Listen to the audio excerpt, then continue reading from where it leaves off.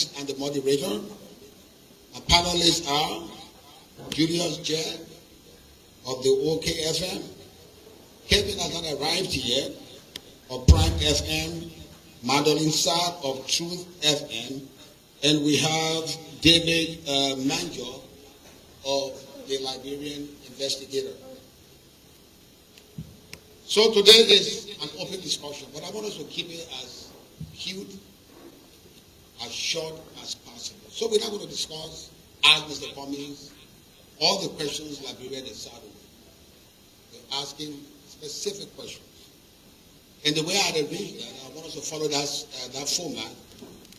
I want to ask him his political involvement, his assessment of Mr. Nyiman 1 year in office, the rule of law in Liberia, which has been preached about, the fight against corruption, which is amendments, and our way out of this failing Liberian government.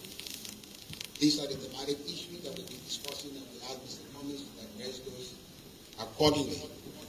So, with no much ado, Mr. Cummings, thank you very much for accepting our invitation to come and give us in light of this engagement. Because I'm the host, I'm the moderator, I want to start the ball rolling so that you follow afterwards.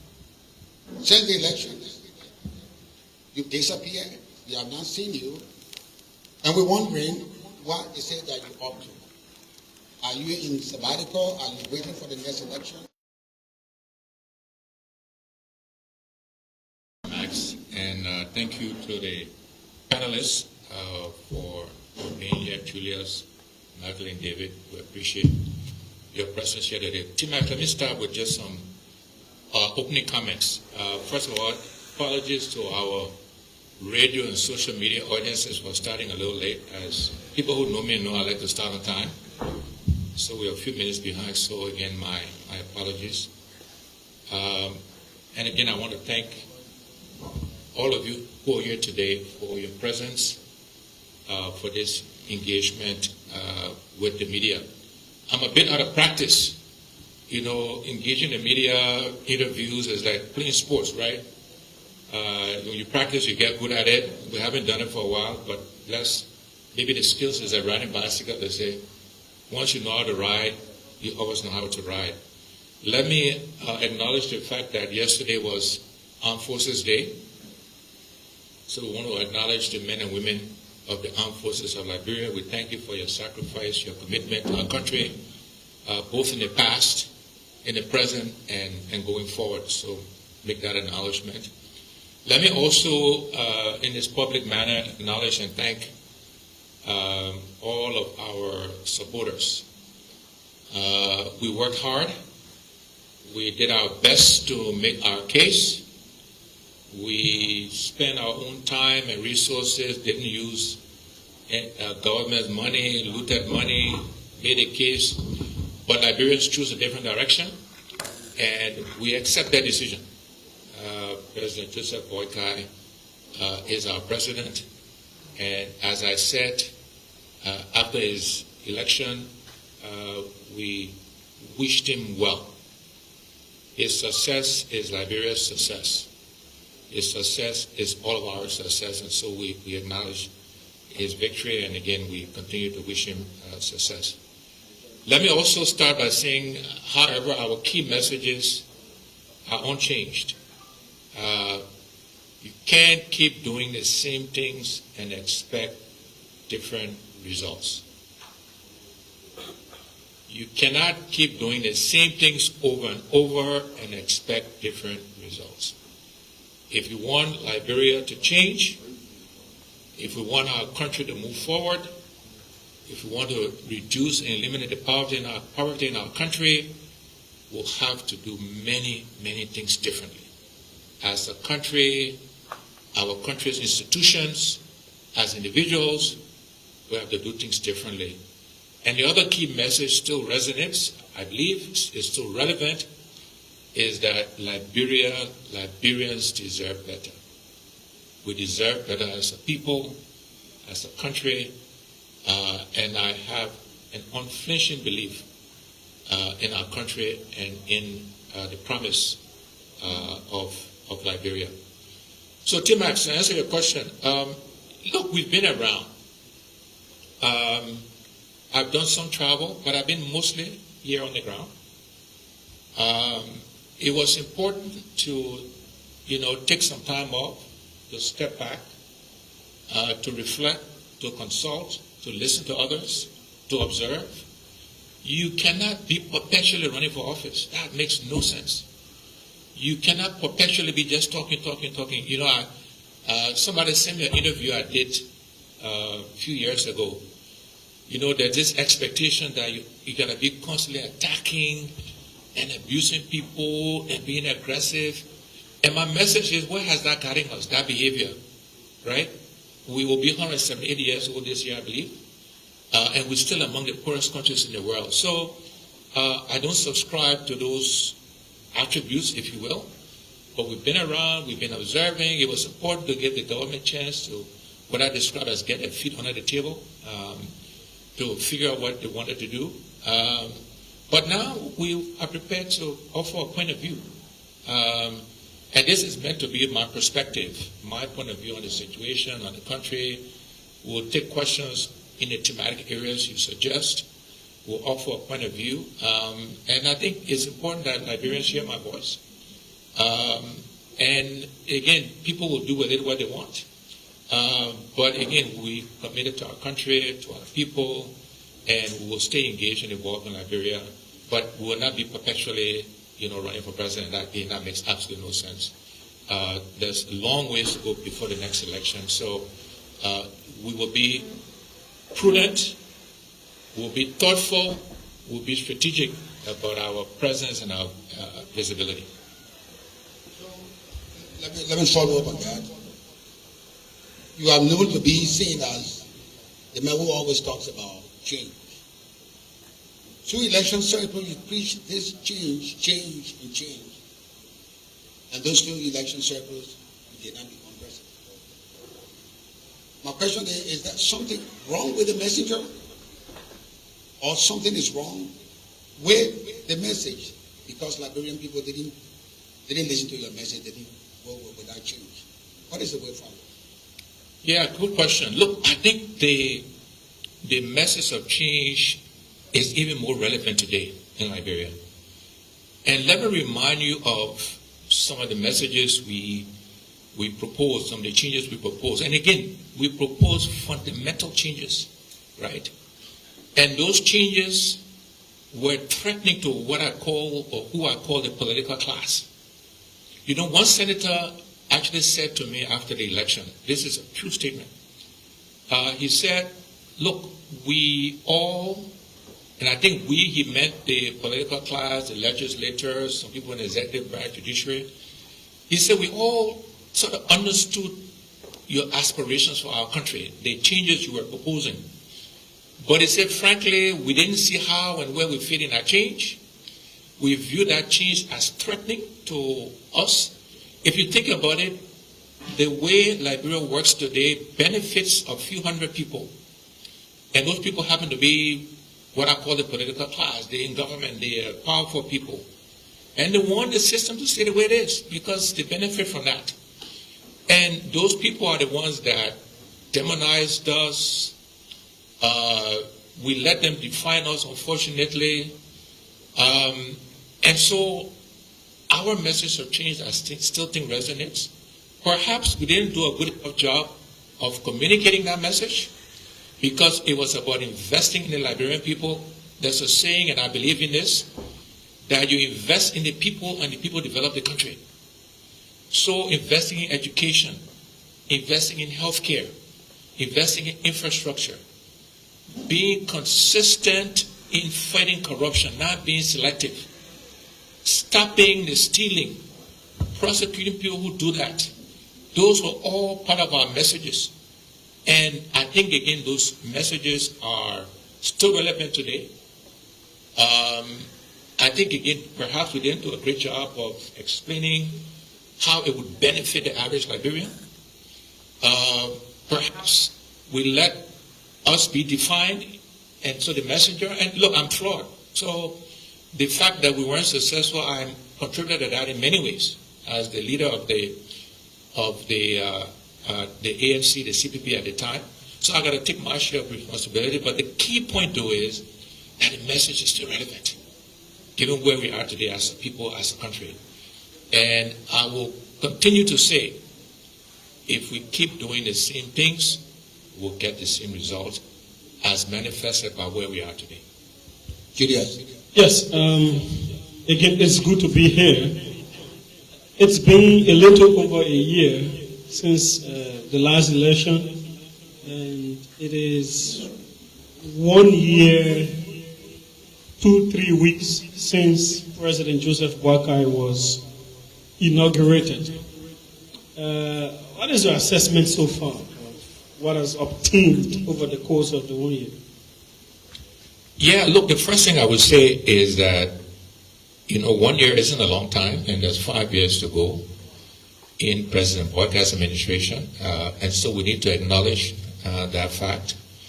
The other thing I would say, Julius, is that when you take responsibility for leading a country, an organization, a company, the first thing you should try to do is, to use a sports analogy or football analogy, is not to score own goals, not to score goals on yourself.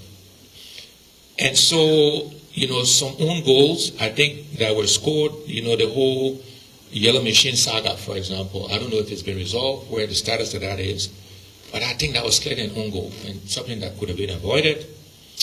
What happened with tenured officials, appointments, how they went about removing them, even though the court said something to the contrary. You could argue that was an own goal, unnecessary goal on themselves. The whole issue around asset declaration, I just saw an announcement today where officials will be suspended in that regard. Again, I'm glad it's happening, and I applaud the president for that announcement, but one would argue 12 plus months in should that have happened, a while ago. So first thing is, some of these own goals perhaps could have been avoided. I think the most important question, though, and this is not one I think I should try to answer, but the Liberian people need to answer the question. Are they better off 1 year later than they were 1 year ago? Are there more jobs available? Is the cost of living the same or getting higher? Are there more medicines, medical supplies in our clinics and hospitals around the country? But you are... Is there, let me finish, you can follow up. These are fundamental questions that I believe should be and has to be answered by the Liberian people. Julius, I have been extremely blessed in life. And I said to use the word blessing very deliberately. And so the answer to that question has to be answered by the citizens and the people of Liberia, not by Alexander Cummings. And again, these are the questions Liberians have to ask themselves. Are they better off? Do they have more jobs? Is the cost of living down? Is medical supplies in clinics and hospitals? Are schools getting their supplies? These are fundamental questions that I think Liberians have to answer in terms of a year later. And are they hopeful of the next 5 years? You are a Liberian. You are a statesman, an elder one. You are a political leader. You live in Liberia.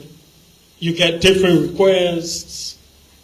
Sometimes you go to marketplaces and all of that. So you're also entitled to answer that question. This is why you're here. So all of these questions you think Liberians should ask themselves. What are your answers to them? I will stick to my response that I think this question should be answered by the Liberian people. I mentioned some of the own goals that could have been avoided. I would say there needs to be a riveted focus on the economy, on improving the business environment in this country, improving the perception of governance in this country. Those are things that I believe should be happening, we should be doing. But in answer to that question, I think Liberians have to take responsibility to answer, are they better off today than they were Let's talk about the economy. Since you've been around the business sector, it is one thing you spoke about quite eloquently during the campaign process. Numbers from the IMF and others will talk about a 4.8% increase in the GDP and could increase over the course of 2025. They've also talked about some fiscal reforms getting on course and all of that. And these are the kinds of messages that you will want to hear to know that your country is getting on track to have a better economy. What can you say to that? So, look, those are good headline numbers, and it is good and it's better that those numbers are going in the direction, the IMF, the World Bank, others suggest. So, I think that's a good thing. But again, the fundamental question, though, Julius, is, are the Liberian people feeling the benefit of those numbers? I think it was perhaps back in the 50s and 60s, they used to talk about growth without development. There was a book written, and maybe you're too young to remember those days. And so the question for us Liberians is, those headline numbers are good. We have to applaud them. But is it filtering down to Liberian people? Or is it just reflecting the fact that we're exporting more iron ore or more gold? So the extractive industries, right, are growing, and therefore GDP is growing. But is the average Liberian experiencing that? Are our policies impacting young people? Our medical facilities getting better? Are we investing in primary health care, in clinics? Are we investing in agriculture? So is the farmers feeling that 5% GDP growth? So those are the more fundamental questions. You want those numbers to be there, and that's a good thing. But we want to make sure the benefit filters down to the average Liberian teacher, farmer, healthcare worker, business person. That's the fundamental question. And again, Liberians to decide whether or not they're receiving the benefit of these economic growth numbers. The program is being carried live on OKFM 99.5, Hard FM 107.9, Prime FM 105.5, Full FM 91.9, Radio 95.5, and Sky 107.1. Adeline. Okay, so Mr. Cummings, it's good to see you. It's been a very long time. During the elections, it was almost like every 2 weeks interview with you. So let me come outside of the little box a little bit. What lessons did you learn from the 2023 elections? Because you like this quote, you keep doing the same thing and getting the same results. So what lessons, number one, and what are some of the things that you keep doing and getting the same results before I can come to my next question? Yeah, thank you, Magdalene, and again, good to see you. Good to see you again. Look, I don't want to dwell too much on, and I'll answer your question. I'll give you examples of things we've learned. But I want to emphasize, I don't want to dwell too much on 2023. It's behind us. The results are there. We have a president. It's 5 more years to go in this administration. Not thinking about 2029. I think too many people are focused on 2029. We need to be focused on what's happening today. Can people afford 2-3 meals a day? If they're sick and they got medical issues, can they get medication, treatment here in Liberia? Are farmers seeing fertilizers and seeds that the farm's getting better? We need to be focusing on today, not this political 2029 stuff, right? But we learned a lot of lessons. One is, as I mentioned earlier, we probably didn't do a good job of communicating our change message, which I think is still relevant today. But we didn't do a good job of that. We let ourselves be, defined in the wrong way. Mr. Cummings, arrogant. Mr. Cummings, not down to earth. Mr. Cummings, ambitious. I'm ambitious for Liberia, not for myself. But we let ourselves, be defined by others.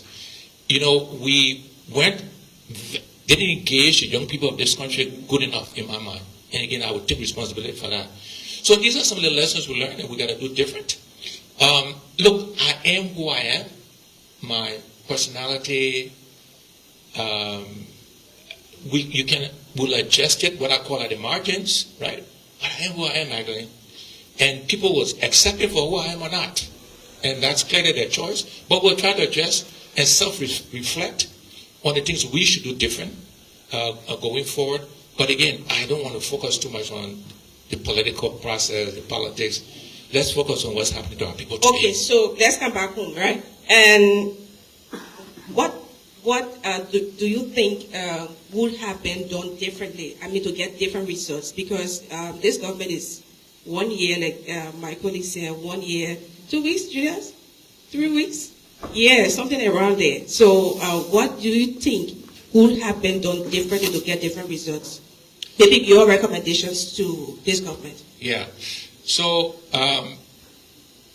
if you go back and read the CPP manifesto, if you go back and read our 100-day plans, you will find the following recommendations. I will mention some of those recommendations now in terms of, the way forward. One is, and again, this is in no particular order. One area we talked about is about the business environment, about making Liberia business friendly, about making it easy for people to do business in Liberia, particularly Liberians and Liberian business people. So that I believe that is still an opportunity to improve the regulatory environment, to revisit that. Again, to use technology to help to move the country forward. Other examples I think we talked about is to focus on what we call primary health care. What kills most Liberians are basic things. Malaria, typhoid, childbirth, hypertension. There are about 5 or 6 things. Investing in primary health care is something that I believe we should be doing because it will impact the average Liberians. Think about our country is an input-based country. We only export iron ore, rubber, gold, etc. We don't export anything else. But we import everything we consume mightily. So why aren't Liberians the primary importers into this country? Everything the government procures should be procured through and by Liberians because importing is basic arithmetic. I import for $10, I sell for $12 or $10.50, whatever. Liberians can do that. That's another example of how we can impact the average Liberian businessman. So these are just some of the examples of things that can be the whole governance environment, and maybe we'll talk about that, right? If the rule of law is not being followed, if the governance environment is not perceived as being positive, you're not going to attract people to come and invest in our country. And I believe that's still an opportunity. So these are some examples of things that we would recommend. It was in our manifesto, and I think are still relevant to the prosperity of Liberia. A follow-up. Yes, so you always talk about strengthening Liberia's private sector, and you are one of our very best or successful business persons we have in Liberia, and we can boast of that. So now you said earlier that you do not have any plan for 2029. You're focusing on now. So what are you doing currently with regards to the business sector? What are you doing currently? Are you also aware of usage? The whole usage stuff that's affecting a lot of Liberians. Yeah. So first of all, I am an investor in Liberian businesses. I'm an investor in 2. One was not successful. One is still very successful. I don't make that public because in this environment, those businesses, people will go after it. They will punish it. That is just a fact. Right? And there are other investors in those businesses. And if we make it public, we are a big investor in XYZ business, they will be harassed, regulatorily, tax-wise, etc., but I'm an investor today, one. Two, we are exploring today some other opportunities to invest in Liberia. But again, unless until the business environment is conducive, it'll be hard to attract others to come and join us to invest in businesses in Liberia. But we're not going to give up, right? Again, I will not disclose the particular area or sector because my fear is because people are politically threatened, they will come and try to fight it and not make it successful because they will think, oh, Mr. Cummings' business is successful, then it will strengthen him politically, which again is completely the wrong way to think about it. Why are you happy? But that is the reality of our country, right? So we are invested into business significant amounts of money. One has failed, unfortunately. The other one is still thriving, and we're looking at other opportunities to invest in Liberia today as we speak. And we've got people on the ground exploring opportunities to actually do that. But I'm not going to tell you is this, that, or the other. Because my fear is they will go after and try to make us not successful in those businesses. Meaning you're speaking based on experience. Your businesses got affected before? I've seen other businesses affected before, and therefore I'm not disclosing my businesses so they're not affected. Okay, so we'll be joined by Kevin Demi of Prime FM. Kevin, you came late, so I'll keep you waiting for a little bit. Let's go to the aspect that has to do with the rule of law. In your most recent statement concerning what's obtained on Capitol Hill, you said if that is not well taken care of, it might be a threat. Will you elaborate more on that? Yeah, so look, everybody knows the issue in the House of Representatives. And I have to tell you, as I mentioned in my opening remarks, I've mostly been around, but I've also been traveling in the region, Ghana, Nigeria, South Africa, the U.S., other places outside the region. And the perception of what's happening in our legislature is not good. There are clear rules about how you elect a speaker. The rules are very clear. There are clear rules about how you get rid of a speaker. And those rules in terms of how you get rid of a speaker were not followed. I mean, that's a fact, right? So that perception is not good for Liberia. Look, we are aspiring to go on the UN Security Council. I think that's a good thing. And we can talk about that we want to be represented on the UN Security Council. We need to make sure we understand the benefits and what it will cost to do that, etc. But our bid will not be helped by the fact that people will ask us, will look at us and say, you want to come to the UN Security Council to help mediate, to provide leadership, or what's happening in your own house.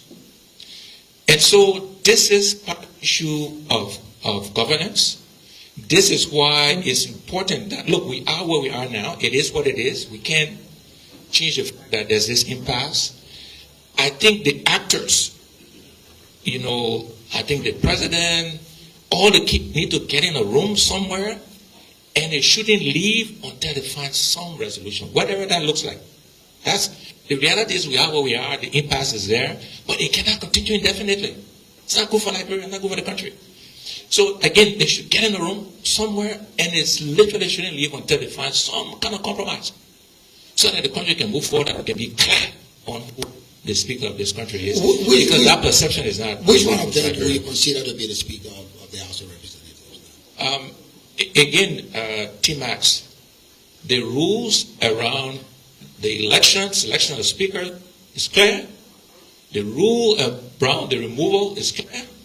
Those rules have not been followed. You can draw your own conclusion from that. But we are where we are. It's now become a political process, and we need to resolve it. And I'm saying they should get in the room, and they should not leave that.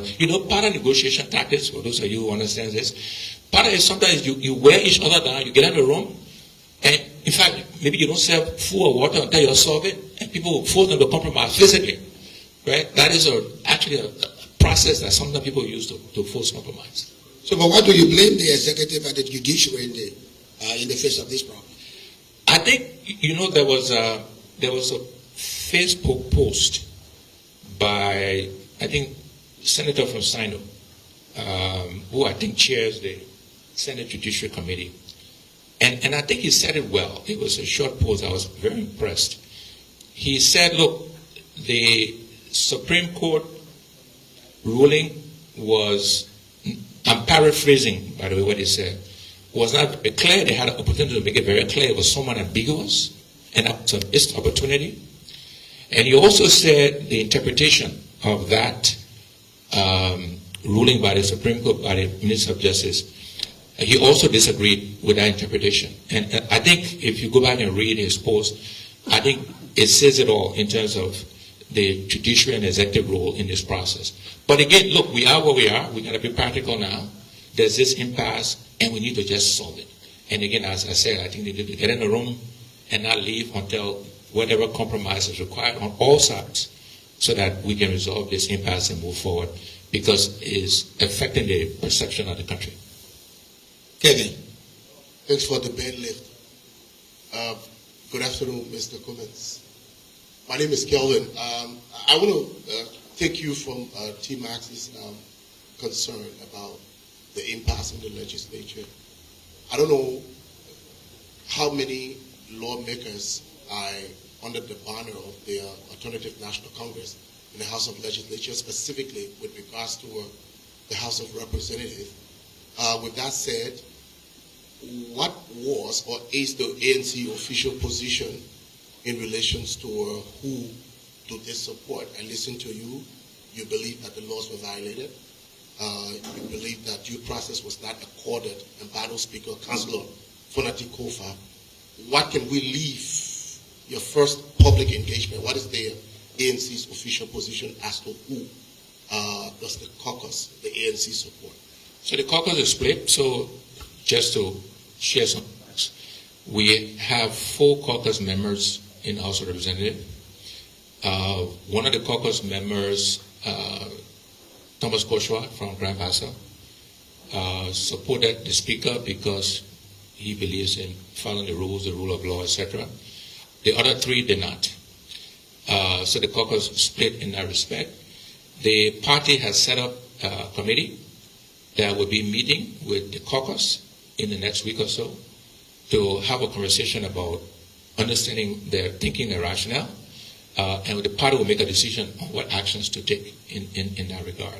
But again, to answer your question directly, the caucus is split. And again, clear rules on how you elect a speaker, clear rules on how you get rid of one, and those rules were not just followed. That's just a fact. A follow-up to that, was there an official position before this divide in the caucus, the ANC? No, we did not take an official position before. Yeah.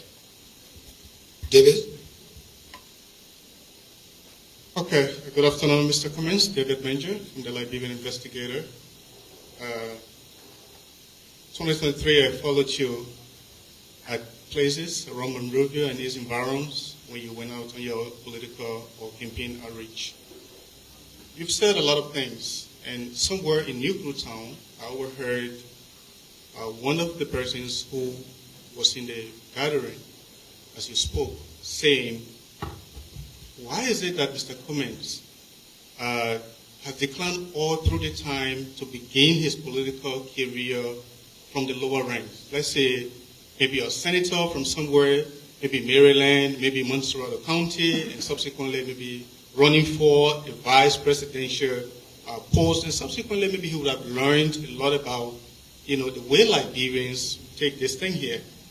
So with this now, you've said, okay, 2023 is behind us, 2029 is ahead of us, but again, you won't continue perpetually running for political office. How do you view this particular thought? So, David, again, I emphasize that 2029 is far away, and this is not about, again, I think Liberian politicians today, rather than being focused on the welfare of the Liberian people, they're all jockeying for position with regards to to 2029, and I think that's a mistake, and I don't want to spend time focusing on that. Look, I've answered this question before, and again, maybe this is where our change message and how it benefits Liberia and how we position ourselves, we didn't do a good job of communicating to Liberian people. David, Liberia is 178 years old, right? We're amongst the poorest countries in the world. It's a fact. Not Alexander Cummings saying so, and not saying that happily. So, what about the system, the legislature, the judiciary, the executive? What is there to learn when the outcome of that system is one that doesn't work, as manifested by level of unemployment, job birth per 10,000, education, etc., etc. So, what I don't understand is becoming representative, senator. What's the benefit? Look, we will see. We let the Liberians choose. One of the reasons why I think President Boga was elected, because his experience, right? That's what people said, and that's what you're talking about. So we are experiencing the experience now, and we'll see if the experience is beneficial, and I hope it is. But that will be the true test, by the way, is experience in the current way of doing things. How beneficial is that in the future? My point is we need to change how we do things. Because if we don't, the country will continue to be the same way. So you're saying go be senator, go be representative, go be cabinet minister, go be VP in a system that isn't working. It's a fact, my people. By any measure, we are continue to struggle. We continue to do this. That's like saying to go do the same thing and expect different results. Right? We have been blessed, and I use the word deliberately, with lots of experiences in successful organizations, delivering results consistently. Big complex organization, managing billions of dollars of revenue efficiently, not stealing a penny. That's the experience I think we need in our country. Obviously, we don't do a good job of convincing Liberians of that. Right? So, and we take responsibility for that. And by the way, it's okay. Liberians make a choice, and we all live with the consequences or benefit of that decision. So, unlike the corporate world, the political environment calls for different experiences relative to the way you may want to approach governance. So, were you to be president today, looking at Liberia, understanding how resistance to change continues to take deep roots, do you think it would have been easier? Easily said, but considering the realities, limited resources, lack of the sophistication on the part of a lot of people who urge to serve or who are called on to serve. What do you think? I'm not sure I understand the question, but what I would say to you is that there are differences between corporation, private sector, and government, but there are a lot of similarities too. That people don't understand the private sector, don't realize there are a lot of similarities. So let me just give you some examples. In government or the public sector, in the private sector, you have to make sure you got the right people. You got to make sure you got the right team. So whether you're running the government or you're running a business, and I'm thinking about big businesses, even small businesses, if you don't have the right people, in the case of government, the right people in the cabinet, in the parastatals, the state-owned enterprises, you will not be successful as president. If you run a company, you don't have the right people, you will not be successful. So selecting talent, similar in both places. One. Another similarity is, if you want to be successful in politics, you want to get re-elected, you got to deliver results for the people, the people that vote for you. In business, you got to deliver results. Otherwise, you don't keep your job either. Another similarity. Another similarity between the two, people don't realize, is you have to have a vision. You have to have a goal in business, something you're working towards. In government, you have to have a goal. You have to have a vision. You have to have something that rallies people, the country, right? Those are similarities, and I think those things work. You need to always think about this whole thing about change, constant change, right? You need that in business. Now, some of the differences is in politics, you're dealing with everybody. So you're dealing with business people who self-select to be in there, similar behaviors. In government, very different dynamic, more complicated dynamic. I'll grant you that, right? But the benefits of being a business person and bringing that to our politics, I think will tremendously benefit the Liberian people. Because if you keep putting the same politician with the same experiences, which is what we're doing, the results will be the same. And the 178-year history of Liberia has proven me to be right. Right? 178 years this July. Liberia is still among the least developed in the world. So we have to do some things different. Now, shame on me. Shame on my supporters. We didn't do a good job of convincing Liberians. And we never. And so again, we'll live with the reality and the consequences of where we find ourselves. Okay, let's move forward. William Daily Observer. From Daily Observer, okay. So, Mr. Cummings, it's a pleasure to be with you at this moment. We're glad to be here. It has been 1 year since the election, and probably some of these questions will be long overdue because we haven't had public engagement. And I don't know whether any of my colleagues have asked this question. Did President Boubacar engage you to form part of his government? And if yes, which of the positions did you prefer to him? No, I wasn't engaged by the president to take a position in government. So if he is to engage you now, will you be willing to accept any position in his government? My point of view at this point in time is I'm here to offer advice, support, policy solutions to Liberians, to Liberian government. I'm not interested in a role in government. Okay, let's move forward to the fight against corruption.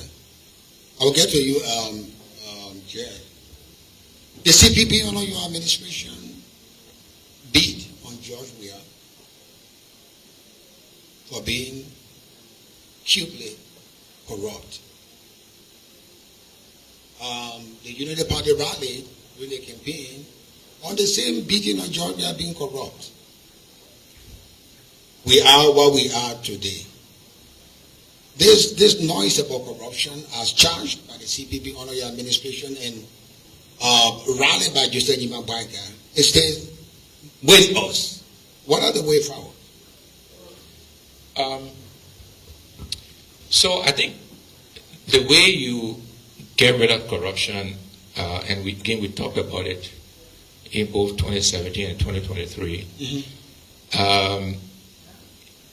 In no particular order, you got to do all of these things. One, you have to strengthen your integrity institutions. You got to make sure you got the right people.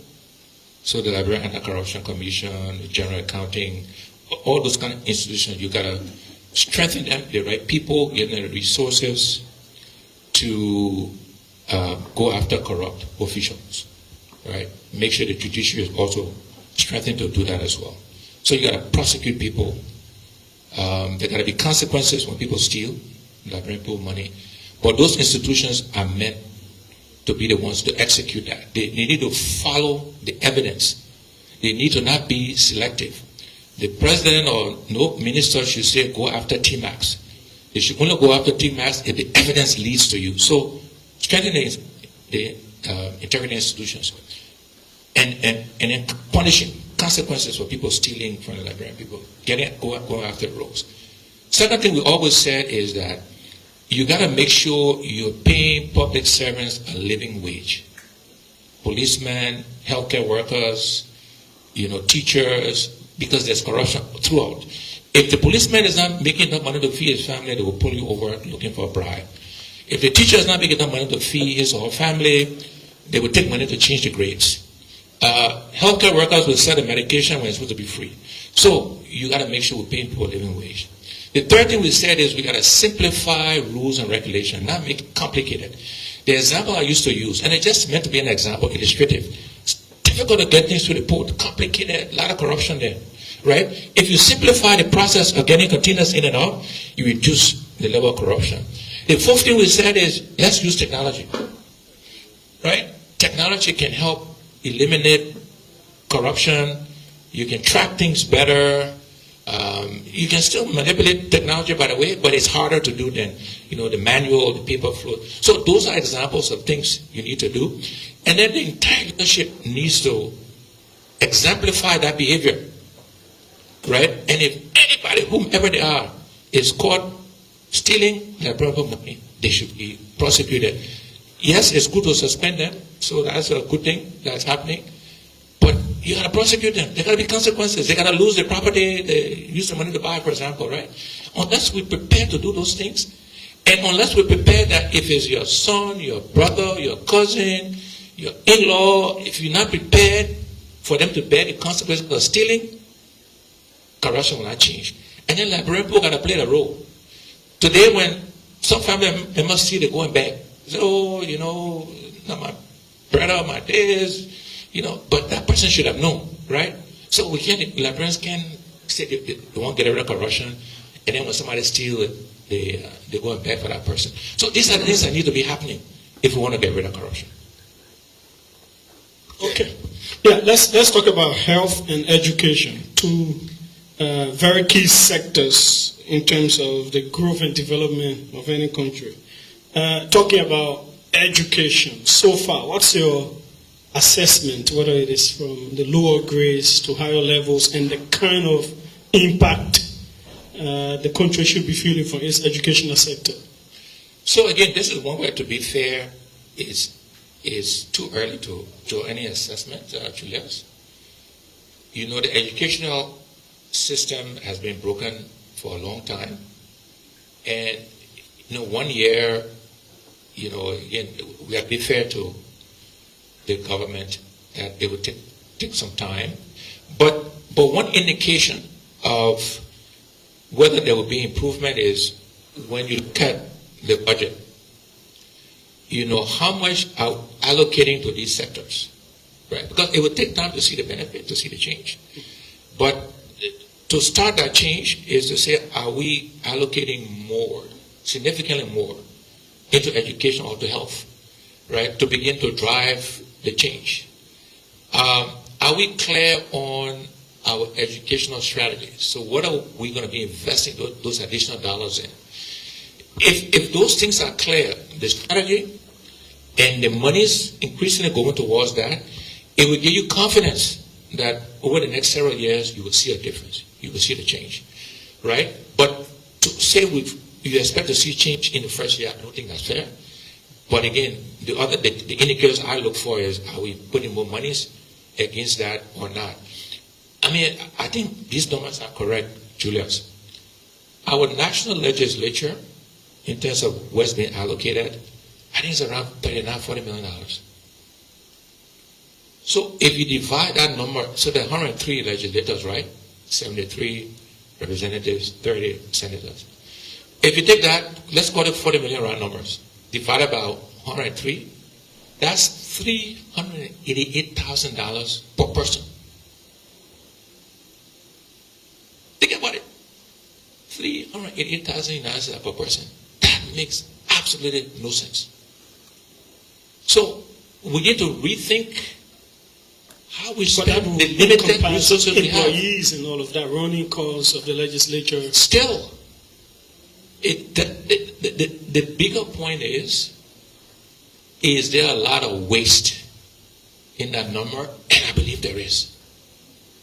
Right? If you look at how much is allocated to the Speaker's office, Deputy Speaker office, the President Pro Tem's office, the Vice President office, right? And that's all the people employed, plus them. Numbers make no sense, Julius. We can't make excuses for that, right? Yes, there is a minimum amount of money you need to run the government. But anything beyond that needs to be going directed to developing the people and impacting the lives of health. What are the reports you're getting? still high numbers of deaths from preventable diseases, issue of infant mortality, deaths of mothers giving birth, what are medicines in the hospitals and all of that. What are you getting?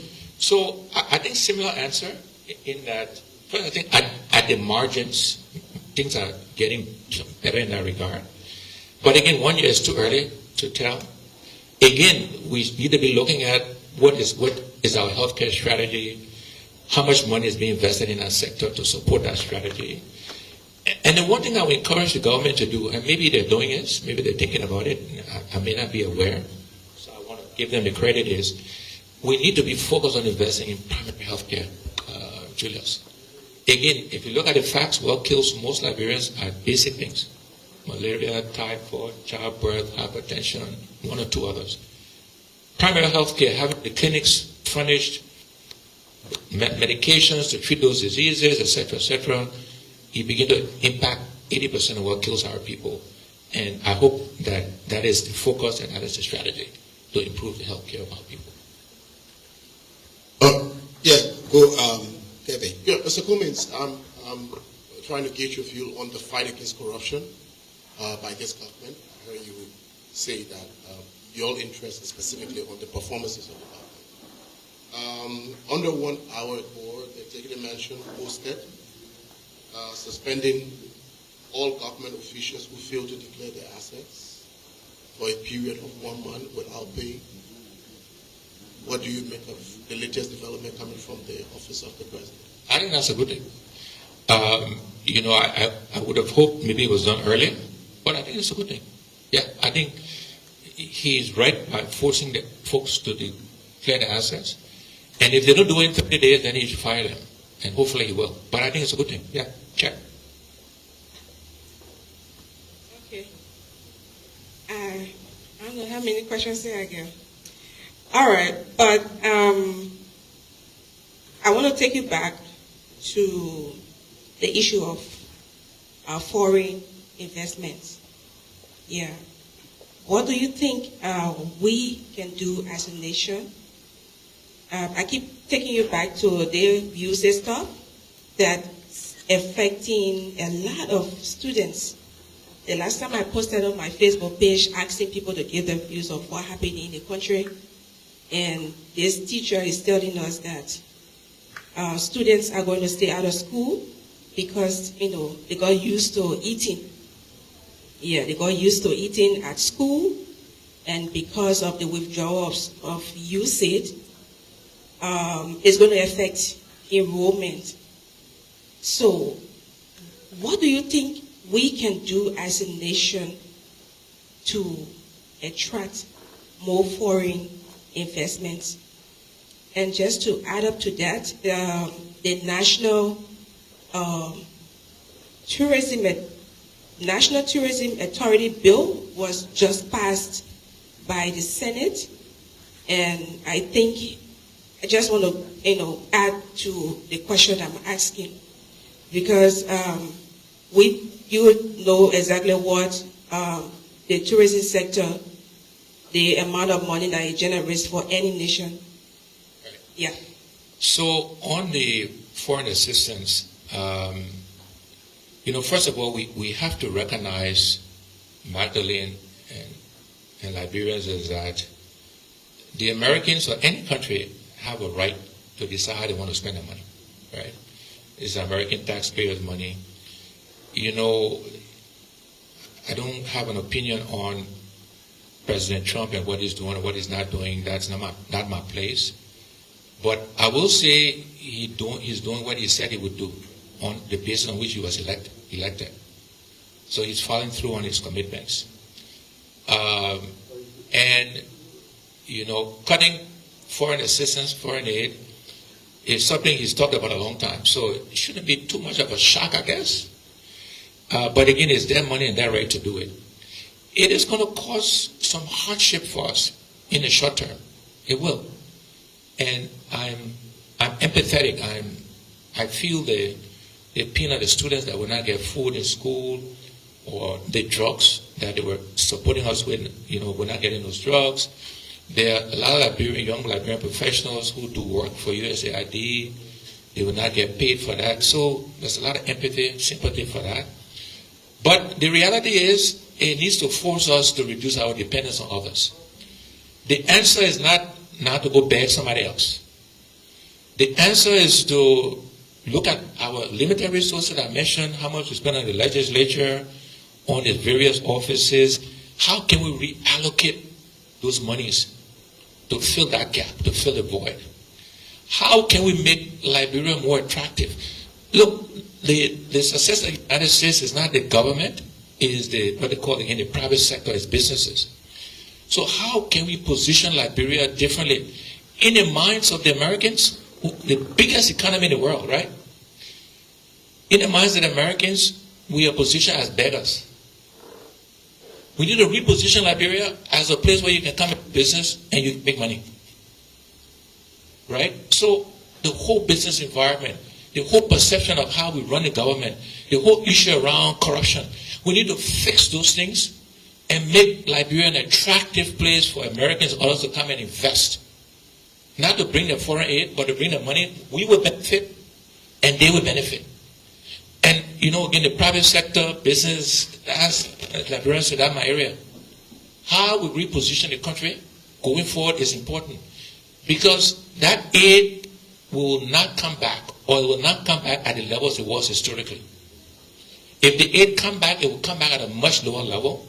And we better prepare ourselves to understand that fact and re-architect, re-engineer how we spend our resources.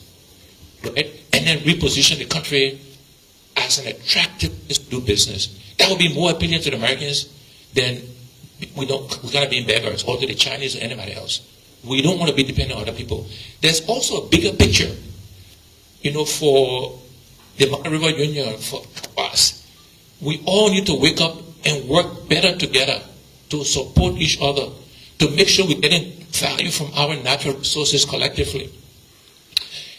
Think about this, by the way. Think about the Middle East, the success in Dubai, Abu Dhabi, the Emirates, etc. Those countries began to become successful when they got more value from their oil. When it came together, when about 70% of the world oil was in OPEC, and they would drive the price up. They had the money, the funding to develop the countries. Today, Africa resources are split among the 52, 54 countries. We have no leverage. So there's an opportunity for us to think different about ECOWAS and how we can work together to get more leverage from our resources so we can invest in our people and depend less on the Americans, the Chinese, and anybody else. So a peaceful transition, but in the end, I hope it's a wake-up call that we can reallocate our resources differently so that it benefit us and not just a few people at the top, and reposition Liberia as a business destination. I know we are old, but we, very much dependent on other people's help. So, can we protect our natural resources as a way of, we can't fight America. The last time they did it to China, they increased the tariff, and China too increased their own tariff by 15%. So what do you think Liberia can be able to do? We know, even though they are rich, war's greatest, but they depend on us for certain things. So what do you think we can do as a nation to also protect our natural resources? So your first statement is absolutely correct, and it will apply to the second part of my answer. We cannot fight the Americans. That you attempt to do that, you will get crushed. Can we Right? make something? Can we make demands on them? Can we make demands on our resources that are engaged? I will get to that question. That's what I'm saying. Because the answers to that question affect the resources. You cannot fight the United States. And we should never attempt to. There's a president in our history, not too distant future, tried to do that, and I think he's in the UK in jail now. So we should not take on the Americans. That would be a mistake. We should be getting more benefit from our natural resources than we are today. But that's why I mentioned the Monetary Union, ECOWAS, these other countries. And that's why I mentioned OPEC and the oil. I didn't make the analogy clear enough. If Liberia just by itself tried to increase our price of iron ore without Guinea and other iron ore exporting countries, they would not buy our iron ore. They will buy the Guineans. They will go to other countries. The way you can get the best value Africa from our resources is we gotta come together and do that. But as Liberia only, we can do more by getting more from Mattel, perhaps, Asma Mattel, getting more for our gold, like coming from King Joy, from B Mountain. We can get a little bit more. But for it to be significantly more in terms of value, we gotta come together. But just as a country to try to fight America or we increase our price and that kind of stuff, they will go somewhere else. They will not bow and will suffer even more. So we got to think more strategically about how we do these things. But in the meantime, the limited resources we have, we got to use it wisely. We can't let it go into a few people's pockets. You know, we got to reallocate and use it to benefit Liberian people. Julius, give me a chance. Let's go to David. And from David, then we'll go to the last thematic issue, which has to do with the economy. And I think that's Cummings' strength, as we know him to be. I want to spend some more time on that last layer of our discussion. So it's over to you, David. Okay, it's a follow-up on this, and that has to do with our foreign policy. Liberia's foreign policy, as it stands, or it has been, all through the time, we've always been at the receiving end. We've not had enough, voice to make demands, like you've said. When you listened to Dr. Rochelle Nije Pele during her oration on the Independence Day last year, she made a point, and that is, we should reimagine Liberia. And in reimagining Liberia, there are specific considerations that must be put forth. And if you look at this issue of America's influence in the Liberian party politics, as well as, what we do with regards to other countries, it keeps strangulating our efforts to move forward. And last time I had interaction with Chinese officials, and they were telling me, look, no one will do for you what you ought to do for yourself. So Liberia, as an independent country, why it is true and correct you claim to have this traditional partnership with the United States, you need to rise up and make a decision on specific things that's supposed to also push you forward. Do you think that this is something that is worth doing? It's not about fighting them, but standing up and say, okay, enough is enough. We're about 200 years old since independence. Should we continue on this trajectory? So, every country's foreign policy should be in their interest. You should do it in what is the interest of the Liberian people, of the country Liberia. The Americans, the Chinese, the Russians, the Brits, the Europeans, whatever they do is ultimately to benefit them. They're not doing us a favor. And so our foreign policy should be taking actions that would benefit us. But in that context, though, in doing that, we got to also understand our relative size. Right? So, because we're an independent country, because we've been around for 200 years, it doesn't mean we just frontally take on the Americans or the Chinese or Russia. That's not practical. But in that process, our first goal should be what is in our interest. Then what is the reality around our interest? And how can we, given that reality, get the best for ourselves? That's the context. It's not about a blanket statement. It's not about hubris. It's about being smart. It's about being strategic. But you do start with what is in your interest, not in what anybody else's interest is. You assess the context, the environment around your interest, and then how can you propel your interest given that context? That's how we should think about it. But you got to start with what's in your interest first. Absolutely. Because none of these other countries are doing it because they're doing you a favor. They're doing it because they believe it's in their interest. And we got to start from that point of view as well. Okay, Julius. Go back to the economy because I think he's been talking about a few things. One, are you playing safe in this interview? You seem to be quite friendly, like you don't want to anger, step on toes. You know, you're not coming out. What is happening? Well, that's a matter of interpretation, right? And perspective. This is how I've always more or less conducted myself. I've had that criticism before, not just now, in the past. And so, again, this is how I'm wired. Julius, I go back to the point I made earlier. The idea that you got to be obnoxious, you got to attack, it hasn't gotten us anything as a people. If you look at the last two presidents, were they really attacking? Did they really speak? Did Joe really attack anybody? Think about it. Did Weah himself do that? So, but it's not about them, right? It's about who I am, the way I think. I like to be balanced. I like to speak to the facts. I will not just criticize because it's political expedient to do so. I'm not wired that way. It's about context. It's about fact. It's about reality. When they do something good, I will say so. When stuff I disagree with, I will say so. I give examples of, again, own goal, they scored.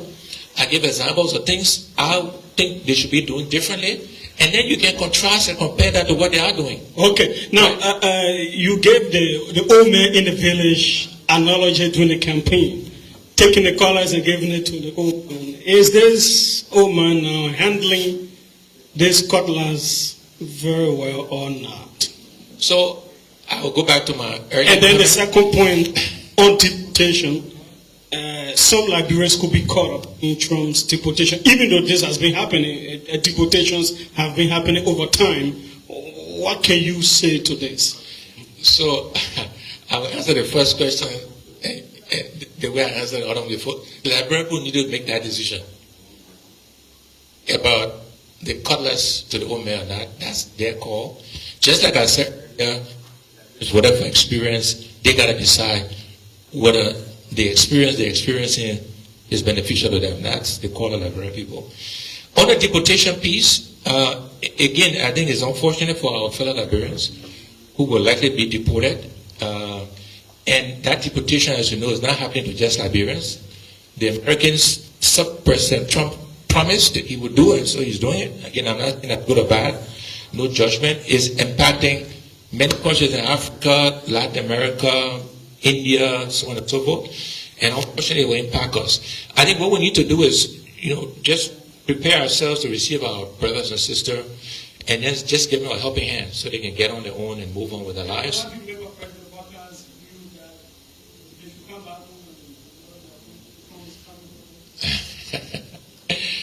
So, yes and no. Some parts I agree, some parts I do not. Let me explain.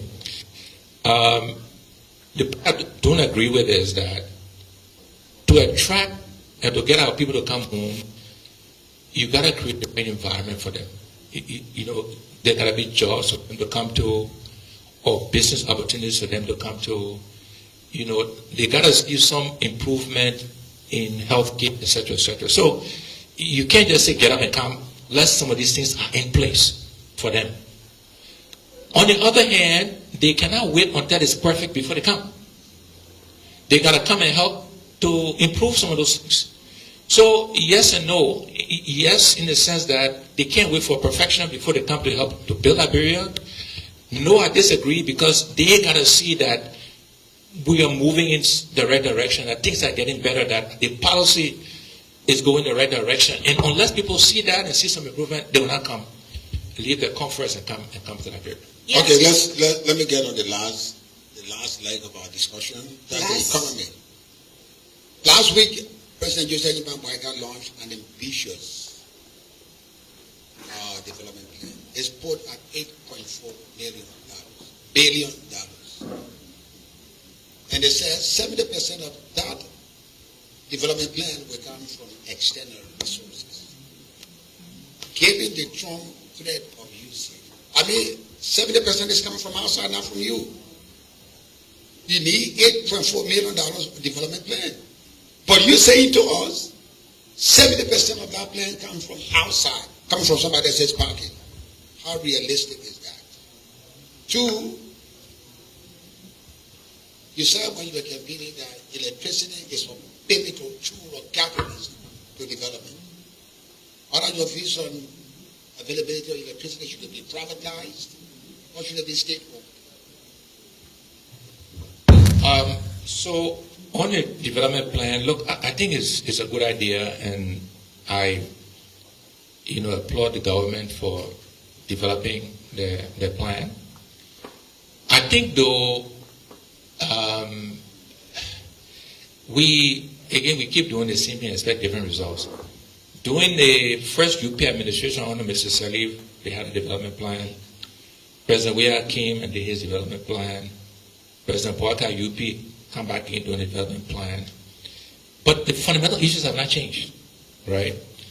And there seems to be no continuity between the plans. It seems like if you're going to develop a new plan, and maybe this was done, so I don't know the inner workings, but you start with the prior plan, you assess where they ended up, what worked, what didn't work, and then you sort of build on that, right? But the idea of every 6 years or so, you kind of get a new plan, no continuity, and the problems are the same. Again, I think that's doing it, expecting different results. But having a plan is a good thing. Perhaps we need to take more. But it's not realistic. I will get to the realism and the cash. Give me a chance. Small chance here. We maybe perhaps need to take more time and involve more Liberians. And I know there are attempts to do that in developing the plan so that everybody knows it and understands it. And maybe we need to codify the plan. Maybe we need to take it to the legislature, let them pass law that says this is our plan for the next, however period of time, and it's probably like a 10-year plan, think more long term, so that when different administrations come, you're not starting over. There's continuity to your planning, and you modify and adjust based on reality. So that's maybe a different way of thinking about these discrete plans. They should be sort of one continuous 10-year journey, and maybe we should codify it with more buy-in from the Liberian people. But on the numbers itself, T-Max, I think it is ambitious, and ambition is not a bad thing, but ambition has to be tempered with realism. Can we actually get $5.8 billion, 70% externally, and can we raise the balance, right? Balance 30% internally. And one way to test that is that you got to be clear of that 5.8 billion, where is it going to come from, and kind of by year, at least directionally, right? It's got to be realistic. Same with the domestic side, right? I'm not sure how much detail is in the plan that explains how they plan to source that in detail and by year, because without that, I'm not sure how achievable the plan is. And what's happening with the Americans, unfortunately, will affect whether or not we can get the foreign part of that. And because I think there will be a ripple impact. The Americans will cut back. I think other countries might actually do the same and redirect their resources internally as well. So I think it's going to be a challenge. But again, let's give the government the benefit of the doubt that maybe they will find solutions around that. Okay. Mr. Cummings, you seem to be so constructive in your criticism. Unlike others who will be bombarding, and sometimes they don't base their criticism on substantive issues.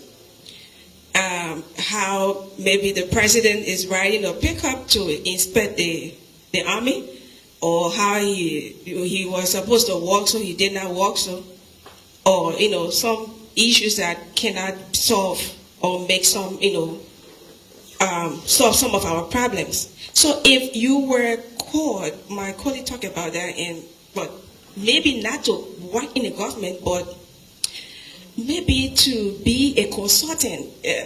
You should have been the vice president to President Bouaka, that is behind us, and you are very constructive when it comes to criticism. You always put in the issues. So if you're called by the president, to give some pieces of advice, are you open up to that? Yeah. First of all, Magdalene, I let your description that we try to be constructive. So I thank you. Constructive criticism, if you will, with solutions and being fact-based. So that's correct. Two, though, I disagree with the assertion that I should have been Joe Walker's VP. Just to kind of go on record, I disagree. So I agree with the first, I disagree with the second. That decision of who becomes VP is not my choice. It's whoever's president's choice. So, so the second one. Third one to your question is, I'm happy to offer advice. Yeah, I'm a Liberian. I care for the country. I care for our people. I have a point of view. I'm happy to offer it, happy to put it in writing. If you look at the CPP manifesto, a lot of these things are in there. So happy to make that available and offer advice to the country and people. But as I mentioned earlier, I'm not looking for a job at this point. I'm retired. On the economy, you're talking about agriculture, because it is one of the areas that can spur an economy in terms of food production and different other areas in agriculture, cash crops and all those kinds of things. How can the government rally that sector to help the economy do better? So part of Julius, part of how you get results and how you get success is that you have to make choices. You can't do everything, right? If you try to do everything, you do nothing well. You do small everywhere and no impact. And so you're right that agriculture has to be one of those areas that we focus on. Tourism is the other one I'll come to. We'll talk about the economy. But agriculture is a key one. And so, as I mentioned earlier, you have to invest in agriculture. What does that mean? Again, this is in no particular order. You got to do a combination of these things. You got to first be clear on what crops you want to focus on. Understanding the full value chain of the crop. Who grows it in the world? What has the pricing been over time? Can you grow it here locally, etc.? So understanding that. So pick crops you want to focus on. And then put the resources, make sure the farmers got the fertilizers, got the seeds, make sure we reinforce our agriculture extension services, make sure farmers got the financing. Liberia used to have an agriculture development bank. Should we revisit whether or not that's something so we can provide financing to farmers? Make sure that when the farmers grow the product, that somebody is there to purchase it, to buy it. So if not sold in the local market, that's what we used to have, the Liberia Produce Marketing Corporation. We need to reestablish that and make sure, again, farmers know that when I grow this product, rice, cassava, pepper, spices, somebody will buy it, right? It will not sit and spoil. Those are the kinds of things we should be doing, but again, focusing on specific crops, putting the resources, understanding what it will take to drive it, and then measuring the results over time. We can go to you for the last question before we wrap up. So, Mr. Cummings, I was in the hall in 2017 at Princeton Town Hall during the presidential debate when you indicated that you have taken the budget to $1 billion if you were made president. And since then, there are others who have been heralding this. Do you think this government is taking the right path in achieving this in the shortest term? If not, can you be magnanimous enough to share your strategy as to how you have done it with this government? Yeah, look, I think first of all, to your point, when I made that assertion back in 2017, people laughed at it, thought it was not feasible. And it's eminently feasible. I think this year will be 800 and something million. I think we could gotten there faster, but we're on track. I think the government revenue is growing, so that's a good sign. But answer your question, yes, I'm happy to offer a point of view, my suggestions on how you do that. And again, it goes back to creating the right business environment so businesses can thrive. They employ more people, they pay more taxes, making sure we're getting, our fair share per the agreements from our natural resources today. I think there are opportunities, to actually do that. Look at other sources of taxes. Real estate taxes, I think, for example, relatively small. We got all kinds of properties around here. People doing that. But most important, though, to try to expand the tax base, right? And so, but get happy to offer my suggestion on how that can be done. Getting rid of the waste. You reduce the stealing that's happening, the looting of our country. You reinvest that money in agriculture, providing financing to businesses, etc., you will create tax opportunities. That's part of how you expand the tax base, right? So those are examples of things we need to do. But again, happy to provide those suggestions to Liberia and Liberians. Okay, Mr. Cummings, thank you very much for giving the spare of your time to engage with us. And now, at least you are in town. From now to 2029 is a long road to go. A lot of things can change. Either you want to put it again or not, time will tell. But thank you very much for accepting us. This program was broadcast live on OKFM 99.5, Hot FM 107.9, Prime FM 105.5, Food FM 91.9, Sky 107.1, Here Radio 95.5, the pages of Spoon TV, KMTV, Closing Argument, and Sky. My name is T-Max. This is how we come to the end of this engagement. Mr. Cummings, your closing statement. Yeah, thank you, T-Max, and thanks to all the panelists for your good questions. Let me say to our people that, again, as I said in my opening remarks, we are in Liberia, we've been around, we do some travel, and we'll continue to do that. I'm on boards outside the country. I just accepted to be a senior advisor to one of the fastest growing artificial intelligence companies. So some exciting opportunities for myself. I want Liberians to continue to be hopeful. I know it's hard to be.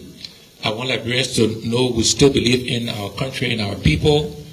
And before I conclude, I want to wish my darling wife Teresa a very happy birthday. Today is her birthday. Doing this public manner. Tomorrow is our anniversary. And on Friday is Valentine's. So I did it right. I married her on the 12th. Her birthday was on the 12th. I married her on the 13th. Valentine was on the 14th. And so, Teresa, thanks for being the love of my life. And we thank all of you for your presence here today. God bless you and God bless Liberia. And if you want to have an event, this place is ideal. ManCC event